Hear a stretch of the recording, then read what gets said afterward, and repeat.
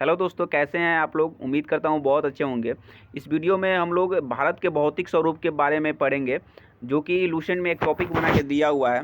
दोस्तों, मैं पढ़ता हूँ ये भारत का भौतिक स्वरूप। अब मेरे को कुछ भी प्रॉब्लम नहीं होता है, लेकिन दोस्तों जब मैं स्टार्टिंग में पढ़ना स्टार्ट किया था तो भारत का भौतिक स्वरूप से जो भी क्वेश्चन मतलब जब भी पढ़ता था लुसेंट से, मेरे को कुछ समझ में नहीं आता था। और ये 3-4 बार पढ़ने के बाद भी मेरे को कुछ दिमाग में रिटेन नहीं हो पाया था। एग्ज़ाम में जाता था, गलत टिक करके आ जाता था। और इससे क्वेश्चन भी पूछते हैं बहुत कन्फ्यूजिंग।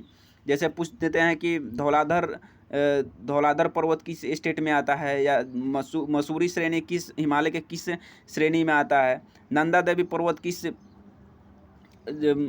स्टेट में स्थित है, या किस श्रेणी में स्थित है, माउंट एवरेस्ट किस श्रेणी में स्थित है। तो ये सब ऐसे क्वेश्चन पूछ देता है। कुमायूं हिमालय का लंबाई कितनी है, या काली और तीस्ता नदी के बीच के जो हिमालय उसको क्या बोलते हैं। तो दोस्तों ऐसे ऐसे क्वेश्चन पूछते हैं, तो इसको हम लोग आज मैप से पूरा देखेंगे दोस्तों, ठीक है। और ये पहले आप लोग नोट्स मत देखने लगिएगा। एक दोस्त ने कमेंट किए थे कि आपका नोट से कुछ समझ में नहीं आता है, तो मैं आपको एक डिवाइस देता हूं कि पहले आप मेरा एक्सप्लेनेशन देख लीजिए पूरा बढ़िया से, तब आप लोग नोट्स पढ़िएगा। इससे आप लोगों को बहुत ज़्यादा फ़ायदा होगा, क्योंकि आप किसी का नोट्स पढ़ेंगे तो उसमें जो ट्रिक्स दिए हुए हैं उससे आपको समझ में कुछ नहीं आएगा, वो हैंग करेगा, ओवर जाएगा, ठीक है। तो मैं आप लोगों को एडवाइस यही है कि पहले आप एक एक चीज़ को इसको समझिए जो मैं समझा रहा हूँ, फिर उसके बाद आप लोग नोट्स पढ़िए, ठीक है। ये सही रहेगा आपके लिए।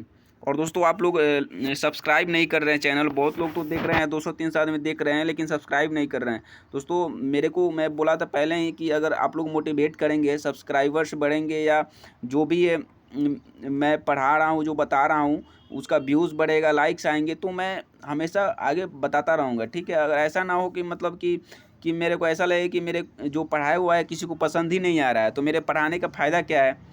मैं सोचूंगा कि बंद कर देता हूँ, ये क्या कर रहा हूँ, ठीक है। तो दोस्तों मोटिवेट कीजिए कुछ मेरे को कि मैं हमेशा वीडियो डालता रहूँ। ऐसे तो मैं सोच के रखा हूँ कि मैं समाप्त कर दूंगा, लेकिन ठीक है, तो देखना भी तो चाहिए। किसी का कोई काम करने से क्या फ़ायदा जब कोई देख ही नहीं रहा है, ठीक है फ्रेंड्स। तो स्टार्ट करते हैं। सबसे पहले देखिए, हिमालय जो आपको पता होगा कि हिमालय के पहले वहाँ हिमालय नहीं था, एक तिथि सागर नाम का एक सागर समुद्र था। और वहाँ पे जो है अभी जो लेटेस्ट का सिद्धांत है प्लेट विवर्तनिकी का सिद्धांत, उसमें हैरी हेस ने बताया है कि पहले तिथि सागर था, अब हिमालय पर्वत बना है, ठीक है दोस्तों। तो ये ध्यान रखिएगा, बात ये पूछता है। तो सबसे पहले देखिए, हिमालय को 4 भाग में बांटा गया है। प्रादेशिक विभाजन, 2 तरह से विभाजन होता है हिमालय का। पहला विभाजन पढ़ते हैं प्रादेशिक विभाजन में। देखिए दोस्तों, पहला प्रादेशिक विभाजन में 4 भागों में पंजाब हिमालय, जो कि सिंधु और सतलज नदी के बीच में है। सिंधु नदी कौन है, ये है, और सतलज नदी कौन है, ये है। और इसके बीच का जो हिमालय बोलते हैं, पंजाब हिमालय बोलते हैं, ठीक है दोस्तों। ये प्रादेशिक विभाजन हम लोग पढ़ रहे हैं। इसकी लंबाई कितना है, 560 किलोमीटर है। दूसरा है दोस्तों कुमायूं हिमालय। ये मेरे एग्जाम में आया था एक कि सतलज और काली नदी के बीच के हिमालय को क्या बोलते हैं, तो कुमायूं हिमालय बोलते हैं। सतलज नदी और काली नदी के बीच के दोस्तों ये क्या बोलते हैं, कुमायूं हिमालय। इसकी लंबाई सबसे कम है, 320 किलोमीटर है। और तीसरा नंबर है दोस्तों नेपाल हिमालय, जो कि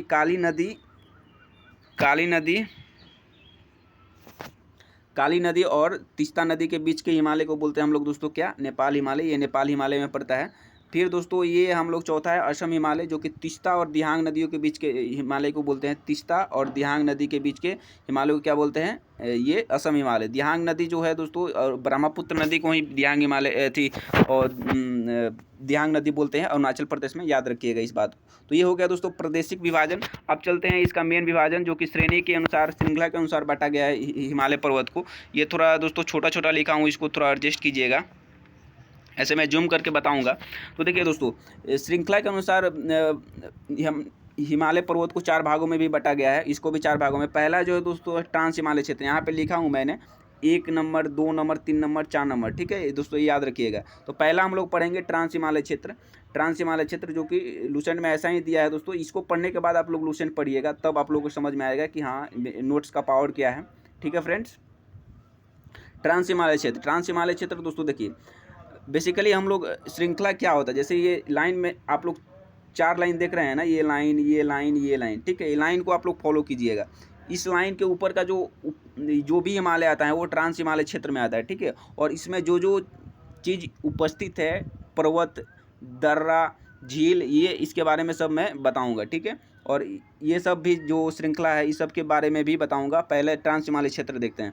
देखिए दोस्तों, ट्रांस हिमालय क्षेत्र में 3 पर्वत स्थित है। K2, 3 श्रेणी है, K2, जास्कर और लद्दाख। ठीक है, K2 जो है दोस्तों, इस K2 सबसे, आप लोग पता होगा, सबसे ऊंचा पर्वत है इंडिया का, 8,611 मीटर इसकी लंबाई है। K2 या गाडवी जास्टी इसको बोलते हैं।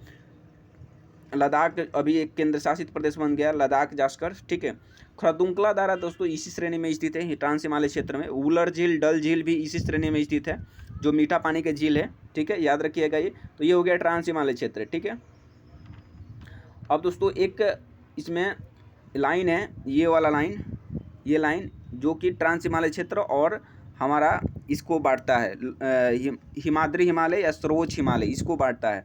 ठीक है, तो 2 नंबर का जो हिमालय श्रृंखला है उसको हिमाद्री हिमालय या सर्वोच्च हिमालय या बृहद हिमालय बोलते हैं। ठीक है, ये थोड़ा फैला हुआ है, इसकी औसत ऊंचाई जो है 6000 मीटर है, याद रखिएगा। ये 2 नंबर का हिमालय है। तो इसमें कौन कौन से पर्वत आते हैं? ट्रांस हिमालय क्षेत्र तो हम लोग देख लिए हैं। इसमें सबसे पहले देखिए, पाकिस्तान का एक पर्वत है नंगा पर्वत, जो पाकिस्तान में पड़ता है, ये आता है। फिर हम लोग इंडिया में कौन कौन सा आता है? एक नंदा देवी पर्वत है, एक कॉमेट पर्वत है, ये उत्तराखंड में पड़ता है। ठीक है दोस्तों, ये देखिए, ये जो लाइन हम लोग दिए हैं ना, ये स्टेट के लिए, ये उत्तराखंड स्टेट है, ये हिमाचल प्रदेश है, इसके ऊपर जो है वो जम्मू कश्मीर है, और ये पंजाब है। ठीक है, तो याद रखिएगा ये। तो हमारा क्या है दोस्तों, कॉमेट और नंदा देवी जो है वो उत्तराखंड में स्थित है। और माउंट एवरेस्ट जो है नेपाल में स्थित है। यहाँ पे जो देख सकते हैं, माउंट एवरेस्ट जो दुनिया का सबसे ऊंचा पर्वत है, ये भी हिमाद्री या सर्वोच्च हिमालय में पड़ता है, माउंट एवरेस्ट। फिर एक कंचनजंगा पर्वत है जो कि सिक्किम में पड़ता है, इसका भी दूसरा सबसे ऊंचा पर्वत है इंडिया का, ये सिक्किम में पड़ता है। एक और पर्वत है दोस्तों, इधर देख सकते हैं आप लोग, 1 मिनट, ये नामचा बरवा करके कुछ है पर्वत, 1 मिनट, हाँ दोस्तों, यहाँ पे देखिए, ये नामचा बरवा करके है यहाँ पे पर्वत, ये अरुणाचल प्रदेश में पड़ता है। तो ये नामचा बरवा कहाँ पड़ता है दोस्तों? ये अरुणाचल प्रदेश में, और ये हिमाद्री या सर्वोच्च हिमालय में ही पड़ता है। ठीक है दोस्तों, अब देखते हैं दूसरा नंबर का, दूसरा तो हो गया दोस्तों, अब तीसरा है लघु हिमालय। ठीक है, ये समझ गए ना दोस्तों?